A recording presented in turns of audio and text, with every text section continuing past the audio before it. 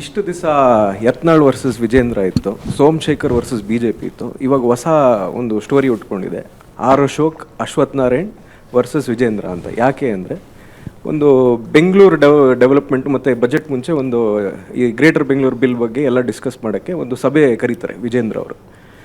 ಒಂದು ಪ್ರೀ ಪ್ಲ್ಯಾಂಡು ಸಭೆ ಇರುತ್ತೆ ಒಂದು, ಅದಕ್ಕೆ ತಾವು ಹೋಗಲ್ಲ. ನೀವು ತರಾತುರಿಯಲ್ಲಿ ಒಂದು ಸಭೆ ಕರಿತೀರ, ನೀವು ಅಶ್ವಥ್ ನಾರಾಯಣ್ ಕುಮಾರಸ್ವಾಮಿ ಅವರು ತರಾತುರಿಲಿ ಒಂದು ಸಭೆ ಕರಿತೀರ. ಇವಾಗ ಶಾಸಕರಿಗೆ, ಬೆಂಗಳೂರು ಶಾಸಕರು ಮತ್ತು ಸದಸ್ಯರಿಗೆ ಒಂಥರ ಗೊಂದಲ, ಅವ್ರ ಹತ್ರ ಹೋಗ್ಬೇಕಾ ನಿಮ್ಮ ಹತ್ರ ಹೋಗ್ಬೇಕಂತ. ವಿಜೇಂದ್ರ ಅವ್ರ ಮೀಟಿಂಗ್ ಮುಗಿಸ್ಕೊಂಡು ನಿಮ್ಮ ಹತ್ರ ಬರ್ತಾರೆ. ಮತ್ತು ಇದೇ ಥರ ಇನ್ನೊಂದು ಇನ್ಸಿಡೆನ್ಸ್ ಆಗುತ್ತೆ. ಈ KK ಗೆಸ್ಟ್ ಹೌಸಲ್ಲಿ ಒಂದು ಸಭೆ ಹೇಳಿರ್ತಾರೆ, ಇಷ್ಟೊತ್ತಿಗೆ ಇಷ್ಟು ಬನ್ನಿ ಅಂತ. ನೀವು ಡೈರೆಕ್ಟಾಗಿ CM ಮನೆಗೆ ಹೋಗ್ತೀರಾ, ಅಲ್ಲಿ ಇದಂತ ಅಲ್ಲೂ ಮಿಸ್ಗೈಡ್ ಆಗ್ತಿದೆ.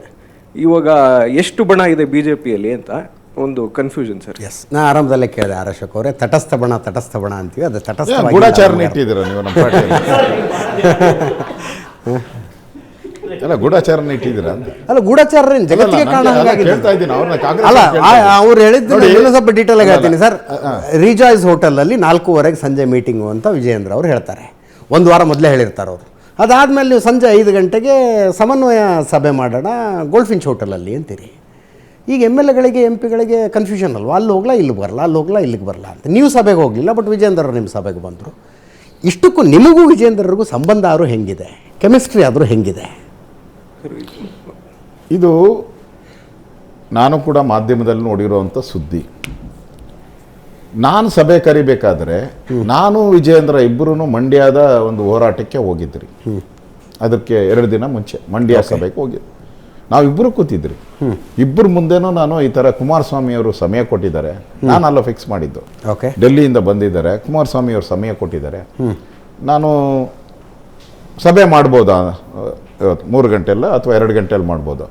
ಇಲ್ಲಣ್ಣ ನಂದು ಪ್ರೋಗ್ರಾಮ್ಸ್ ಇದೆ, ನೀವು 5 ಗಂಟೆಗೆ ಮಾಡಿಬಿಡಿ ಅಂತ ಅವರೇ ಹೇಳಿದ್ದು. ಅವ್ರ PA ಅಲ್ಲೇ ಇದ್ದ, ಏನಪ್ಪ 5 ಗಂಟೆಗೆ ಆಗುತ್ತೆ, ಆಯಿತು ಅಂತ ಅವ್ರ PA ಹೇಳ್ದ. ಅದಾದ್ಮೇಲೆ ನಾನು ಕುಮಾರಣ್ಣನಿಗೆ ಕನ್ಫರ್ಮ್ ಆಯಿತು ಅಂತ ಹೇಳಿ ಕುಮಾರಸ್ವಾಮಿ ಅವ್ರಿಗೆ, ನಾನು ಕುಮಾರಸ್ವಾಮಿ ಅವ್ರ ಡೇಟ್ ಅಷ್ಟರಲ್ಲಿ ಈ ಡೇಟ್ ತೊಗೊಂಡಿದ್ದೆ. ನಾನು ಹೇಳಿದ್ಮೇಲೆ ನಾನು ಫಿಕ್ಸ್ ಮಾಡಿದ್ದು. ಅದಾದಮೇಲೆ ಮಾರನೇ ದಿನ ಬೆಳಗ್ಗೆ ನನಗೆ ಅವರ ವಿಜೇಂದ್ರ ಆಫೀಸಿಂದ ಫೋನ್ ಬಂತು, ನಾವು ತಪ್ಪಾಗಿ ನಾವು ಹೇಳ್ಬಿಟ್ಟಿದ್ದೀರಣ್ಣ, ದಯವಿಟ್ಟು ನಾನು ಆ ಸಭೆಗೂ ಬರ್ತೀನಿ, ನೀವು ಅದು ಅರೇಂಜ್ ಮಾಡಿ. ನಾನು ವಿರೋಧ ಪಕ್ಷದ ನಾಯಕ, ಎರಡೂ ಸಮನ್ವಯ ಸಮಿತಿ ಕರೆದಾಗ ನಾನು ಮುಂಚೆ ಅಲ್ಲಿ ಇರಬೇಕು. ನಾನು ಲೇಟಾಗಿ ಹೋದರೆ ಅದು ಅಗೌರವ ಆಗ್ತದೆ ಬೇರೆ ಪಾರ್ಟಿಯವ್ರಿಗೆ. JDS ಅವರು ಕೇಂದ್ರದ ಸಚಿವರು ಇರೋದ್ರಿಂದ ಮತ್ತು ಎಲ್ಲ ನಾಯಕರು ಬರೋದ್ರಿಂದ ನಾನು ಹೋಗ್ತೀನಿ ಅಂತಂದೆ. ಮತ್ತು ವಿಜೇಂದ್ರ ಅವ್ರಿಗೆ ಫೋನ್ ಮಾಡಿ ಹೇಳಿದೆ, ನೀವು ಎಷ್ಟು ಬೇಗ ಆಗುತ್ತೋ ಅಷ್ಟು ಬೇಗ ಮುಗಿಸ್ಕೊಂಡು ಬನ್ನಿ ಅಂತ ಹೇಳಿದೆ. ಇದರಲ್ಲಿ ಏನು ಭಿನ್ನಮತ ಪ್ರಶ್ನೆ ಏನು ಬರ್ತದೆ? ಇಬ್ಬರು ಸೇರ್ ಮಾಡಿದ್ದೀರಿ. ವಿಜೇಂದ್ರ ಅವ್ರು ನಿಮ್ಮ ಫೋನ್ ಎತ್ತಿದ್ರಾ?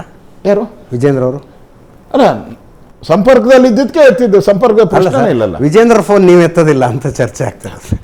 ನೋಡಿ, ನಾನು 5 ಜನ ಅಧ್ಯಕ್ಷರ ಜೊತೆ ಕೆಲಸ ಮಾಡಿದ್ದೀನಿ. ಎಸ್, ಕಂಪ್ಲೇಂಟ್ ಬಂದರೆ 5 ಜನದ ಹತ್ರನೂ ಬರಬೇಕು.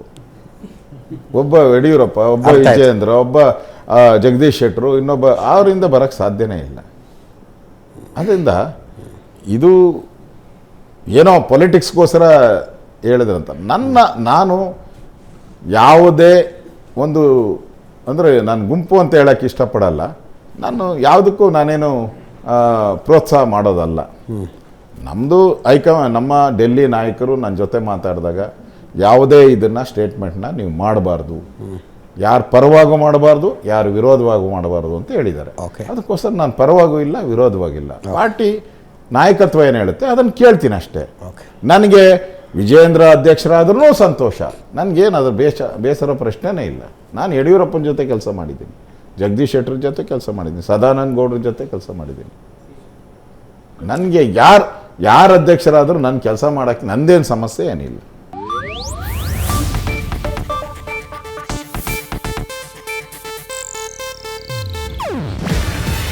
ಇದು ಏಷ್ಯಾನೆಟ್ ನ್ಯೂಸ್ ನೆಟ್ವರ್ಕ್ ಪ್ರಸ್ತುತಿ. ನೀವು ನೋಡ್ತಿದ್ದೀರಾ ಏಷ್ಯಾನೆಟ್ ಸುವರ್ಣ ನ್ಯೂಸ್.